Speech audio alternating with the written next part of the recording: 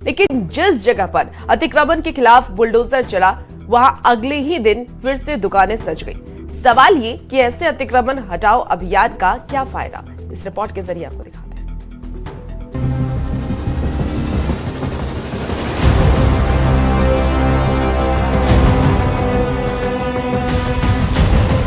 ये तस्वीरें हैं पटना के जगदेव पथ के मुख्य सड़क की, जहां से लोग IGIMS अस्पताल के साथ दानापुर और सगुना मोड़ जाते हैं। यहां 25 नवंबर को बुलडोजर जमकर गरजा। बुलडोजर ने अवैध दुकानों को तहस नहस कर दिया, लेकिन अब इस इलाके की तस्वीर देखिए, आज फिर हालात जस की तस हैं। ये तस्वीर प्रशासन के अतिक्रमण हटाओ अभियान पर सवाल खड़े कर रही है। अभी जो है हम आपको दिखा रहे हैं, ये जगदेव पथ है और जगदेव पथ में यहाँ पे अगर आपको दिखें तो इससे पहले जो है यहाँ से तमाम जगहों से जो बुलडोज़र कार्रवाई हुई और यहाँ पे हटाया गया जितने भी सब्जी मंडी है।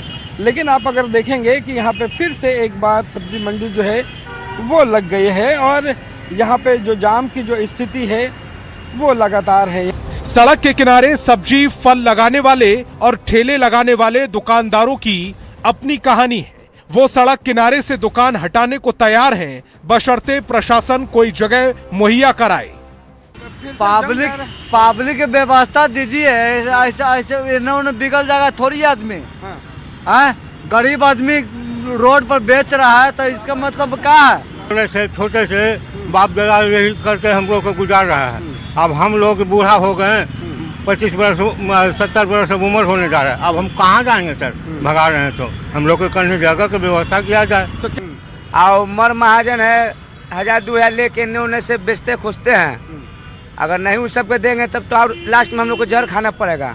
कि कहो हम लोग का जगह मिल जाए सर, कि जो मान ले जाएगा बाल बच्चा पोसाए सर। हम लोग अनपढ़ गंवार कहाँ जाएंगे सर?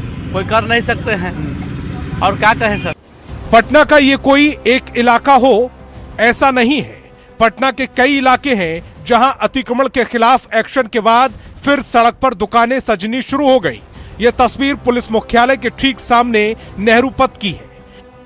अभी हम खड़े हैं बेली रोड पर और बेली रोड पर जो पुलिस मुख्यालय है उसके ठीक सामने चौंकाने वाली तस्वीर है।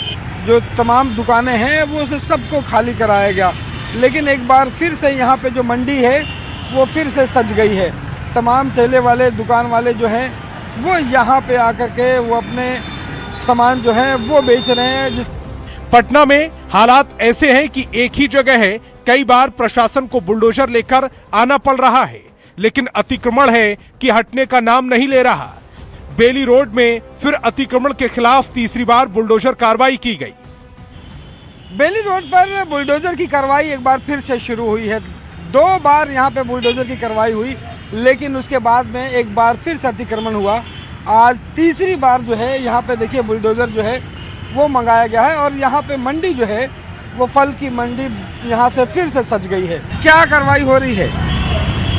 तो हम लोग तो अतिक्रमण का देखना है। अतिक्रमण हटवा रहे हैं। क्या फाइन काट रहे हैं? फाइन ये काट रहे हैं। कितना फाइन कट रहा है? 1000। बड़ा सवाल है कि जब अतिक्रमण हटाओ अभियान और बुलडोजर एक्शन के बाद भी हालात जस के तस हैं, तो ऐसे अतिक्रमण हटाओ अभियान का क्या फायदा है? आश्चर्यजनक बात यह है कि जिन इलाकों में बुलडोजर चल रहा है वहां पे एक बार फिर से अतिक्रमण जो है वो फिर से हो जा रहा है। जरूरत इस बात की है कि उनकी बात जो है वो भी सुनी जाए और सख्ती जो है वो बढ़ती जाए और साथ साथ उसकी मॉनिटरिंग भी हो। कैमरा पर्सन संत के साथ रवि नारायण, न्यूज़ 18 पटना। बिहार के गृह मंत्री सम्राट चौधरी ने बड़ा बयान दिया। सम्राट चौधरी ने कहा कि राज्य में चल रहे गुंडा बैंक के अवैध कारोबार को पूरी तरह से खत्म किया जाएगा। सम्राट ने कहा कि सूद पर पैसा देकर मनमाना ब्याज वसूलने और लोगों को जमीन गिरवी रखने के लिए मजबूर करने वाले इस अवैध व्यवस्था को बंद करना सरकार की शीर्ष प्राथमिकता है। उन्होंने कहा कि बिहार में अब RBI द्वारा अधिकृत बैंक ही चलेंगे, गुंडा बैंक की कोई जगह नहीं है। गुंडा बैंक चलता है बिहार में। कुछ जगह पर सूद पर पैसे लिए जाते हैं और अधिक रेट लेना पड़ता है। कई लोगों को जमीन गिरवी करने पर रखनी पड़ती है। इन सब पर भी पूर्ण रूप से सरकार और पुलिस की कार्रवाई लगातार आगे बढ़ेगी और हर हालत में गुंडा बैंक कोई भी हो और कोई भी सूद पर लेने वाला व्यक्ति हो तो हर हालत में इसको बंद करना है। गुंडा बैंक नहीं चल सकता है, कोई कानून नहीं करता है। और आरबीआई जिसको अधिकृत करता है, जिस भी बैंक को, हम उसको सिर्फ चलने देंगे और किसी भी बैंक को नहीं चलने देंगे। वहीं सम्राट चौधरी के बयान पर अब सियासत ने रफ्तार पकड़ ली है। एक तरफ जहां विपक्ष सत्ता पक्ष पर ही गुंडा बैंक चलाने वालों को संरक्षण देने का आरोप लगा रहा है, तो दूसरी ओर एनडीए का यह कहना है कि बिहार में अब किसी भी माफिया या सूखदारों की जगह नहीं है। बिहार में अब अपराधी गुंडे माफियाओं की खैर नहीं है। हमने पहले ही कहा था कि बिहार से माफिया गुंडा शब्द मिटा दिया जाएगा। गुंडा और माफिया से जुड़ा हुआ कोई भी काम बिहार में अब नहीं चलेगा, चाहे वो गरीबों को परेशान करने वाला गुंडा बैंक हो या गरीबों को परेशान करने वाले माफिया। सम्राट चौधरी जी, आप अगर गुंडा बैंक पर और गुंडा बैंक चलाने वालों पर कार्रवाई करना चाहते हैं तो सबसे पहले इनको संरक्षित करने वाले, इनको बढ़ावा देने वाले जो सत्ता के इर्द गिर्द लोग बैठे हुए हैं उन पर कार्रवाई कीजिए। मैं मांग करता हूं कि सरकार एक सूची जारी करे कि बिहार के बड़े खनन माफिया कौन है। आपको पता चलेगा कि आधे से अधिक भाजपाई है, जिसे गुंडा बैंक के लोग कह रहे हैं। सूची जारी करे सरकार, पूरी ईमानदारी से जनता के सामने सूची जारी की जाए। आधे से अधिक भाजपाई निकलेंगे गुंडा बैंक चलाने वाले।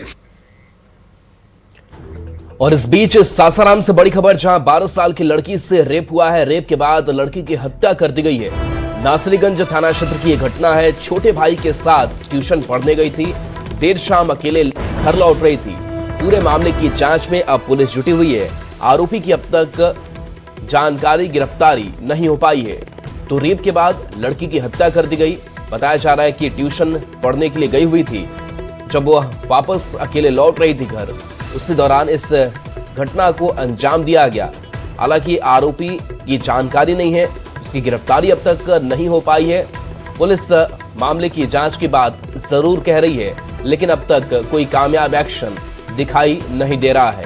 ये उस गांव की तस्वीर, उस इलाके की तस्वीर आपको दिखा रहे हैं जहां 12 साल की लड़की के साथ पहले रेप और उसके बाद हत्या।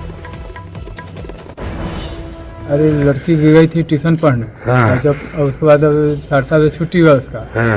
उसके बाद अपने भाई को लेने गई। हाँ। छोटा भाई था। हाँ। उसको साथ में लेकर घर जाएंगे। हाँ। तो भाई का छुट्टी हो गया पहले, दूसरी जगह पढ़ता था। हाँ। तो चला आया घर। हाँ। और ये अकेला पड़ गई। अच्छा। और उसके बाद इसको कोई अज्ञात आदमी उठाकर रेप किया, उसको मर्डर गला दाब के मार दिया। कौन कहाँ घटना है? तराव।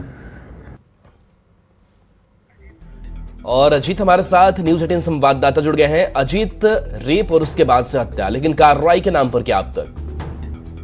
जी, चूंकि रोहतास के एसपी रोशन कुमार का कहना है कि छानबीन जारी है और जब से ये सूचना मिली है और उसके बाद लगातार पुलिस जो है जो मुकम्मल प्रयास में लगी हुई है कि जो अपराधी है उसकी पहचान की जाए और उसकी गिरफ्तारी की जाए, क्योंकि परिजन कुछ विशेष बता नहीं रहे हैं। जिस प्रकार बच्ची कल ट्यूशन पढ़ने गई और ट्यूशन पढ़ के जब लौट रही थी, उसी दौरान अंधेरे का फायदा उठाकर किसी ने बच्ची को उठा लिया और उसके बाद उसके साथ इस तरह की हरकत की है।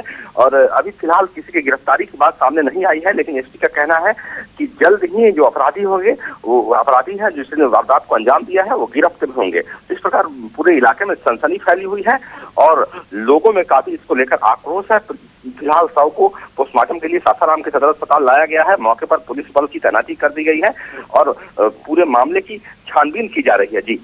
जी, शुक्रिया इस अपडेट के लिए आपका। चलिए अब रुक करते हैं अगली खबर की ओर। हजारीबाग में एनआईए का एक्शन देखने को मिला है। कई घंटे तक छापेमारी चली और एनआईए अधिकारियों ने शहनवाज के परिजनों से पूछताछ की और कई महत्वपूर्ण जानकारियां भी इकट्ठा की है। एनआईए ने ये कार्रवाई क्यों की और क्या है ये पूरा मामला, इस रिपोर्ट के जरिए आपको दिखाते हैं। हजारीबाग में एनआईए रेड से खौफ। शाहनवाज के घर एनआईए का छापा। आईएसआईएस मॉड्यूल का कनेक्शन। हजारीबाग में एनआईए की कार्रवाई एक बार फिर तेज हो गई है। गुरुवार सुबह एनआईए की 3 गाड़ियों का बेड़ा पेलावल थाना क्षेत्र स्थित एक घर पर पहुंचा, जहां टीम ने घर के सदस्यों से बंद कमरे में पूछताछ शुरू की। एनआईए ने सीआरपीएफ के साथ मिलकर कई घंटे तक छापेमारी अभियान चलाया। ये छापेमारी संदिग्ध आतंकी शाहनवाज आलम से जुड़े नेटवर्क की जांच के तहत की गई। हजारीबाग पहुंचे एनआईए अधिकारियों ने शाहनवाज के परिजनों से पूछताछ की और कई महत्वपूर्ण जानकारियां जुटाई। यह कार्रवाई जिले के पेलावल थाना क्षेत्र अंतर्गत अंसार नगर में देखने को मिला है। बता दें कि आईएसआईएस के एक सक्रिय जो सदस्य शाहनवाज है, फिलहाल वो पुलिस के गिरफ्त में है और उसे जो है न्यायिक हिरासत में भेज दिया गया और उसी के पैतृक आवास पर जो है यह कार्रवाई चली है। जो जानकारी मिल रही है कि जो केंद्रीय जांच एजेंसी के सदस्य हैं, उन्होंने शाहनवाज के परिजन और उनके जो रिश्तेदार हैं उनसे गहनता से कई तरह के पूछताछ किए, कई अहम जानकारियां भी इकट्ठा किए हैं।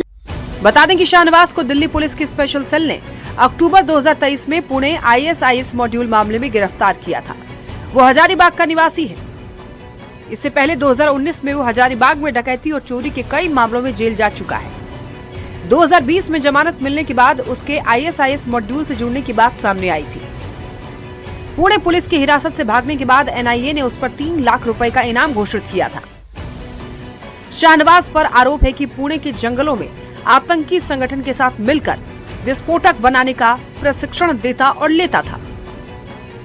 शाहनवाज आलम को लेकर अब तक की जांच में कई गंभीर खुलासे हुए हैं। एजेंसी को शक है कि उसके नेटवर्क की कुछ कड़ियां झारखंड में भी सक्रिय रही हों, जिन्हें पकड़ने के लिए ये छापेमारी अहम मानी जा रही है। कई घंटों तक यह जो है आज एनआईए की जो कार्रवाई है वो चली है। एनआईए की कार्रवाई चलने के बाद जो है उसके बाद यहाँ की जो टीम थी वो यहाँ से रांची के लिए रवाना हो गई है। सुशांत सोनी, न्यूज 18, हजारीबाग। पटना के बिहटा स्थित आईआईटी पटना में बुधवार को बहुप्रतीक्षित इंटरटेक मीट का भव्य उद्घाटन किया गया। बिहार के राज्यपाल आरिफ मोहम्मद खान ने विज्ञान और तकनीक के इस महाकुंभ का शुभारंभ किया। कार्यक्रम में आईआईटी पटना के निदेशक प्रोफेसर टीएन सिंह ने मुख्य अतिथि का स्वागत किया। यह टेक मीट कुल 4 दिनों तक चलेगा, जिसमें देश भर के 23 आईआईटी संस्थानों से लगभग 2000 छात्रों ने रजिस्ट्रेशन कराया है। इनमें से करीब 1700 से 1800 प्रतिभागी विभिन्न तकनीकी प्रतियोगिताओं और वर्कशॉप्स में हिस्सा ले रहे हैं। उद्घाटन समारोह में राज्यपाल आरिफ मोहम्मद खान ने कहा कि भारत में ज्ञान और विज्ञान अलग नहीं बल्कि एक दूसरे के पूरक है। विज्ञान से हमें जो शक्ति और ज्ञान मिलता है उसका उपयोग समाज के कल्याण में होना चाहिए। टेकमिट का उद्देश्य छात्रों को उभरती तकनीकों से परिचित कराना और नवाचार को बढ़ावा देना है। आईआईटी परिसर में इस आयोजन को लेकर छात्रों में खासा उत्साह देखने को मिल रहा है। हमारे यहाँ भारत में ज्ञान और विज्ञान अलग नहीं है, ज्ञान विज्ञान सहितम, मतलब not that science has been neglected. Science पर भी उतना ही जोर है उसी, और साइंस अल्टीमेट जो चीज है, साइंस से जो हमें पावर आती है, नॉलेज से जो पावर आती है, वो अल्टीमेटली उसको कैसे इस्तेमाल करना है, अपने लिए नहीं, लोक संग्रहम। इनके जो रिसर्च हैं, जिनके अनुभव हैं और उनको कैसे जो किया जा सकता है वो है। दूसरा विषय द्रोण का है। द्रोण में तो हम द्रोण सभी चलाते हैं, लेकिन एंटी द्रोण जो है, ऐसे द्रोण जो कि उपयोगी नहीं है या समाज के लिए ठीक नहीं है, देश की सुरक्षा के लिए ठीक नहीं है, उनका आइडेंटिफिकेशन करना, उनको गन डाउन करना। देश में राजभवन का नाम बदल करके अब लोक भवन कर दिया गया है। बिहार के राज्यपाल आरिफ मोहम्मद खान ने कहा कि गवर्नर्स की बैठक में यह फैसला किया गया। प्रधानमंत्री की चिंता है कि जो हमने गुलामी के जमाने में जो प्रभाव स्वीकार किए उससे मुक्ति मिलनी चाहिए, और इसी के मद्देनजर राजभवन को लोक भवन करने का फैसला पिछले गवर्नर्स कॉन्फ्रेंस में किया गया था और अब उसको लागू किया गया है। पिछली गवर्नर्स की मीटिंग में ये फैसला किया गया कि आज़ादी से पहले माननीय प्रधानमंत्री जी की चिंता है कि जो हमारे पर जो हमने गुलामी के ज़माने में जो प्रभाव स्वीकार किए उनसे मुक्ति मिलनी चाहिए, तो उसको राजभवन को लोक भवन करने का फैसला पिछली गवर्नर कॉन्फ्रेंस में लिया गया था, अब उसको लागू किया गया।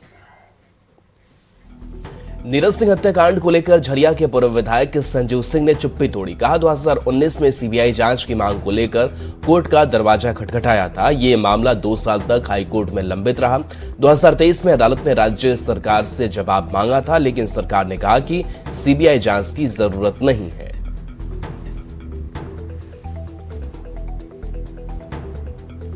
पूरे धनबाद में हमको छोड़कर न धनबाद से, न कोयलांचल से, न झारखंड से और न ही नीरज जी के परिवार के व्यक्तिगत लोगों ने न सीबीआई जांच के लिए हाई कोर्ट का दरवाजा कभी नहीं खटखटाया। सरकार के द्वारा हम लोगों ने उच्च न्यायालय से जो हमने डिमांड किया था, इनको सरकार से सहयोग कराना चाहिए।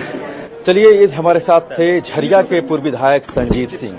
इन्होंने इन पर जो आरोप लगा था नीरज सिंह हत्याकांड को लेकर के, ये सीबीआई से जांच करने की मांग की थी और हाईकोर्ट में इसको लेकर के इन्होंने याचिका भी दायर की कि इस जो आरोप उन पर लगा था हत्याकांड को लेकर के, नीरज सिंह हत्याकांड को लेकर के, इसकी जांच सीबीआई से होनी चाहिए। कैमरामैन संजीव तिवारी के साथ निरंजन सिंह, न्यूज 18 रांची।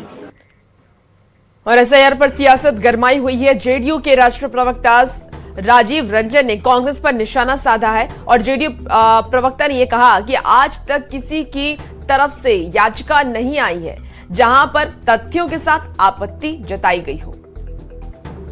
देखिए, सबसे पहले एसआईआर पर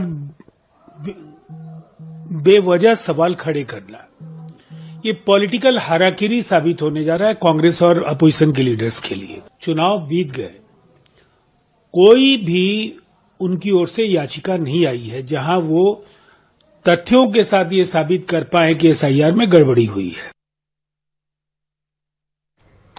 एयरपोर्ट अथॉरिटी ऑफ इंडिया के जनरल मैनेजर भूदेव सरकार पटना पहुंचे। उन्होंने इंडिगो की फ्लाइट कैंसिल से होने वाली यात्रियों की समस्या का जायजा लिया। पटना एयरपोर्ट पर उन्होंने बताया कि 16 दिसंबर से एयरपोर्ट पर इंडिगो की जो फ्लाइट कैंसिल की समस्या है वह ठीक हो जाएगी। 23 फ्लाइट जो इंडिगो की पटना एयरपोर्ट से संचालित होती है उसकी सेवा शुरू हो जाएगी। 5 फ्लाइट कैंसिल है आज, जिसे जल्द ही सामान्य कर लिया जाएगा। उन्होंने बताया कि 16 तारीख से फ्लाइट सामान्य हो जाएगी और काफ़ी हद तक अभी नॉर्मलाइज हो गए इंडिया पे जो सिचुएशन हुए थे। अभी जो फिलहाल आज के डेट में कैंसिलेशन 5 है, वो भी धीरे धीरे ख़त्म हो जाएंगे। 16 तारीख को पूरा नॉर्मल हो जाएंगे यहाँ पे। 16 तारीख से ये सभी चीज़ नॉर्मल। 16 तारीख से मैंने इंडिगो से बातचीत किया हुआ है अभी, तो 16 तारीख से नॉर्मल हो जाएंगे सारे। प्रेमी को तलाशते हुए 21 वर्षीय गर्भवती महिला हरियाणा से 1200 किलोमीटर दूर दरभंगा पहुंच गई। पीड़िता ने सिंघवारा थाना क्षेत्र के कटका गांव निवासी अजीत शर्मा और उसके परिवार पर धोखा, शोषण और गर्भपात के दबाव जैसे गंभीर आरोप लगाए हैं। महिला ने पुलिस को यह बताया कि पहले पति से अलगाव के बाद अजीत ने फोटो दिखा करके ब्लैकमेल किया और जनवरी 2025 में आपको बता दें कि कालका जी मंदिर में शादी कर अपने साथ हरियाणा में रखा। जब वो गर्भवती हुई तो अजीत ने जबरन गर्भपात का दबाव भी बनाया और 7 महीने की गर्भ अवस्था में उसे छोड़ करके वहां से भाग गया। 8 महीने की प्रेग्नेंट अवस्था में जब वो कटका गांव पहुंची तो अजीत और उसके परिवार ने उसे पत्नी बहू मानने से इनकार कर दिया। पीड़िता की लिखित शिकायत पर अब मामला दर्ज कर लिया गया है। आगे कार्रवाई जारी है। उसके बाद ये लड़का मुझे कलका जी मंदिर में 23 जनवरी के कलका जी मंदिर में मुझसे शादी किया। शादी करने के बाद हरियाणा लेकर के आया। मुझे चचेरी भाव के पास यहाँ पर अपना लेकर के रखते थे। जब मेरा बाबू 7 महीना का हो गया, मैं भी ड्यूटी कर रहे थे, वही ड्यूटी कर रहे थे। ड्यूटी करने के बाद मेरा से सारा पैसा उसा सब वही लड़का ले रहा था, मैं कुछ नहीं कर रहे थे। जब वो लड़का के माँ बाप पूरा फैमिली मुझसे बातचीत सब चीज़ कर रहा था। उसको फैमिली भी बोल रहा था कि मैं रखेंगे, जब बाबू हो जाएगा तो मैं रखेंगे। जब लड़का के 7वां महीना चला, मेरा रेस्ट लिख दिया डॉक्टर। लड़का के माँ अपना लड़का को सिखा पढ़ा के दूसरी शादी करने के चक्कर में अपना गाँव बुला लिया। सिवान में पुलिस को बड़ी कामयाबी मिली है। सिवान के जेडीयू सांसद और विधायक से रंगदारी मांगने वाले को पुलिस ने गिरफ्तार कर लिया है। पुलिस ने आरोपी ब्रजेश को कोलकाता के हावड़ा से गिरफ्तार किया है।